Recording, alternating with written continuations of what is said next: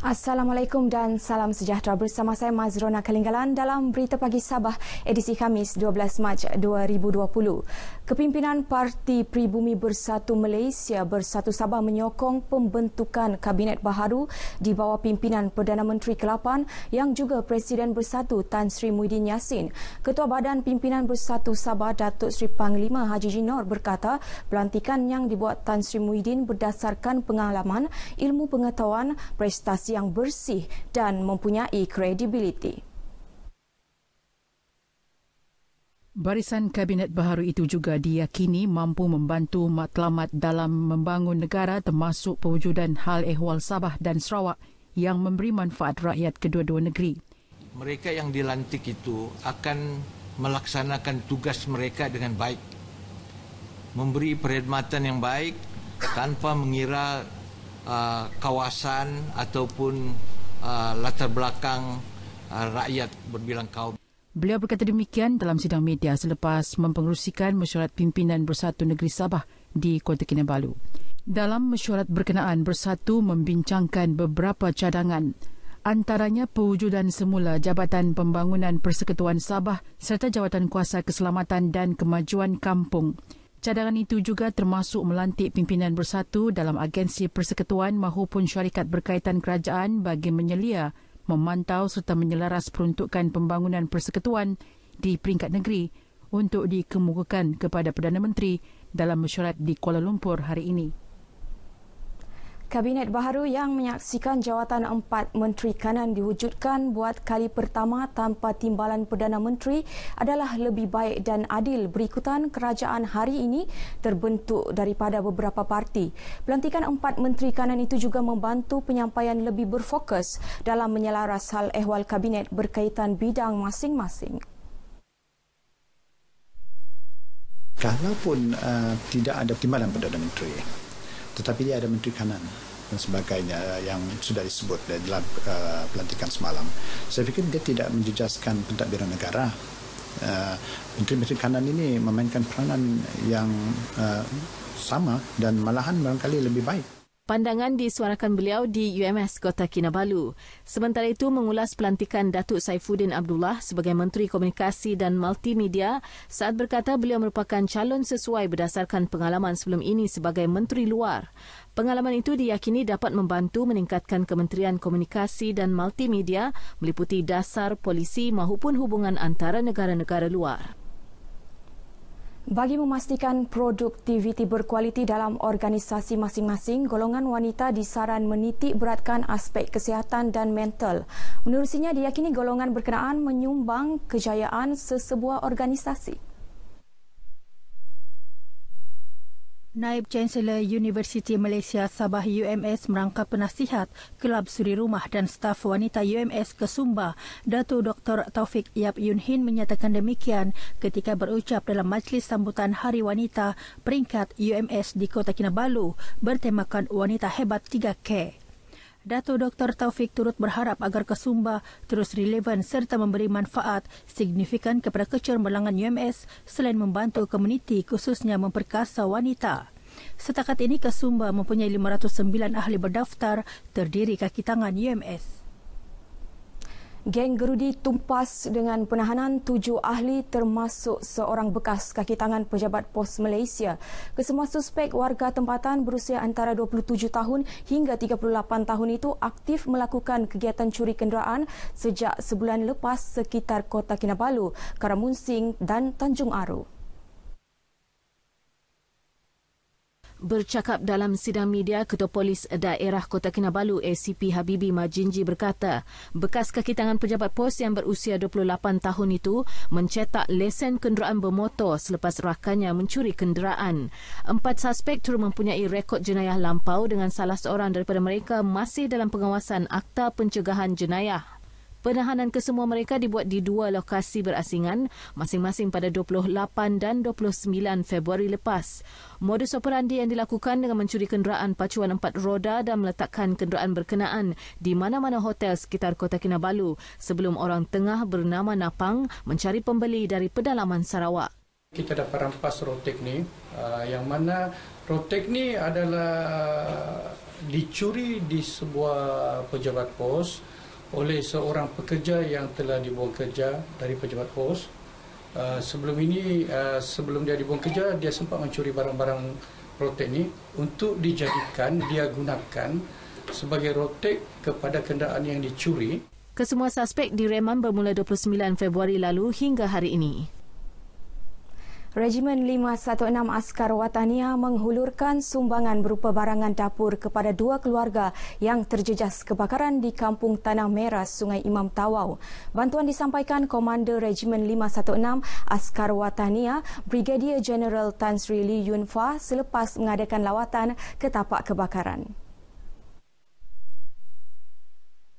Rumah berkenaan musnah dalam kebakaran Ahad lepas. Sumbangan yang disalur juga merupakan keprihatinan badan beruniform ini membantu masyarakat yang memerlukan. Kita akan tunggu kemudian keputusan beliau ni, apa yang perlu dibantu, mungkin kemudian perlu bantuan daripada gotong royong dan sebagainya.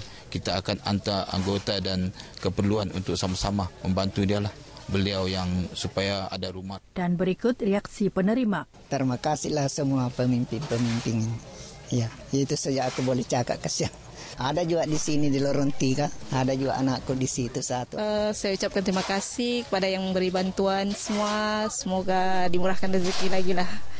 Semoga kami sekeluarga semua sini tabahlah menghadapi. Kesemua penduduk yang terjejas difahamkan kini ditempatkan di rumah keluarga berhampiran. Persatuan Tabung Pesakit Jantung Sabah akan mengadakan larian amal pada 9 Ogos depan. Ia bertujuan mengumpul dana bagi membantu kanak-kanak yang menghidap penyakit jantung di negeri ini. Presiden Persatuan Tabung Pesakit Jantung Sabah, Datuk William Chai memberitahu larian sempena sambutan Hari Jantung Sedunia yang berlangsung 29 September setiap tahun. Beliau ditemui selepas mengadakan kunjung hormat terhadap Yang di-Pertuan Negeri Sabah Tun Dr. Johar Datuk Mahiruddin di Istana Negeri Kota Kinabalu. Untuk mengaklumkan program-program dan aktiviti Persatuan Pesakit Jantung yang kami akan menjalankan tahun ini lah.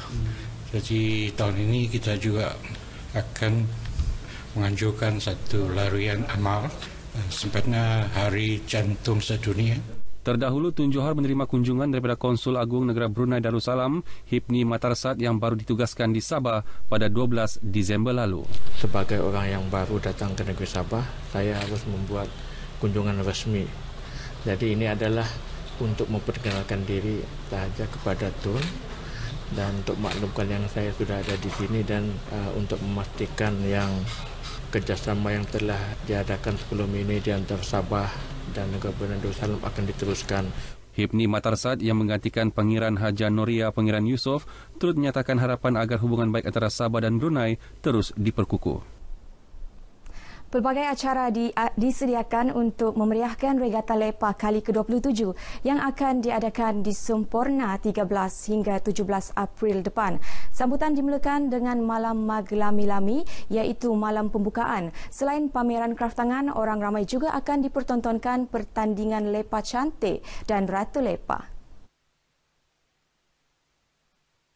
Manakala acara kemuncak bakal menampilkan pelbagai persembahan kebudayaan dan kesenian.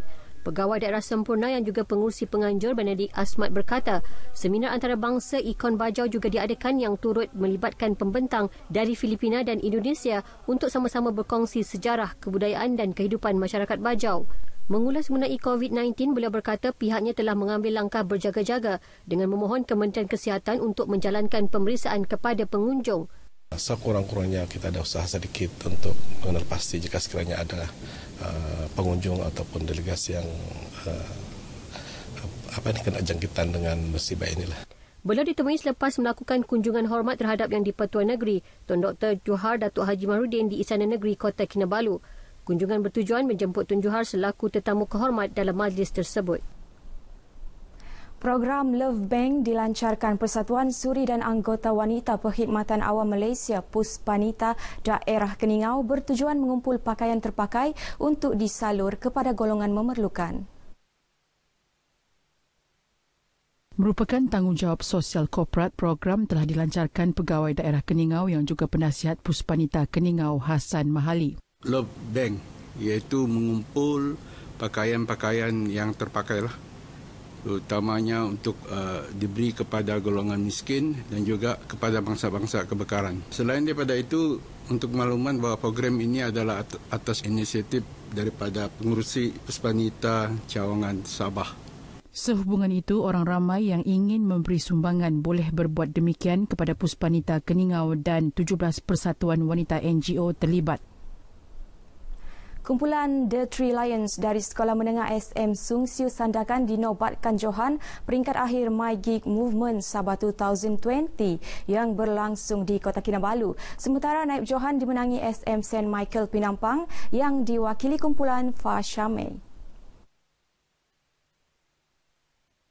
Kedua-dua sekolah berkenaan menewaskan 8 kumpulan lain sekaligus layak mewakili Sabah ke peringkat kebangsaan di Cyberjaya Kuala Lumpur pada 2 April depan dengan persaingan 4 kumpulan dari Sarawak dan Semenanjung. Hadiah kepada pemenang disampaikan Pengurus Besar Sabah Shell Petroleum Company Pritipal Singh. Penganjuran My Gig, kata Pritipal Singh, bertujuan memupuk minat pelajar dalam bidang sains, teknologi, kejuruteraan dan matematik, juga menggalakkan pemilihan subjek berkenaan di peringkat universiti. And we're trying to get students excited about pursuing education and also going into the field of engineering and science, technology, mathematics. As you know, these are subjects that students enjoy, and so we want to give them a deeper understanding and allow them to actually take up these subjects in the future when they go to university. Our project is mainly a more advanced system using Arduino mobile apps and 3D printer for farmers in Sandakan, as a lot of farmers in Sandakan have very old or ineffective systems nowadays, and we should move with the trend. Projek kami ini adalah untuk menolong para petani, khususnya di Pinampang, untuk menangani masalah cuaca yang dapat menjejaskan pertanian mereka. Jadi projek kami ini menolong mereka untuk bertani di dalam rumah mereka sendiri. 10 kumpulan daripada 5 sekolah seluruh Sabah menyertai program My Gig kali ini.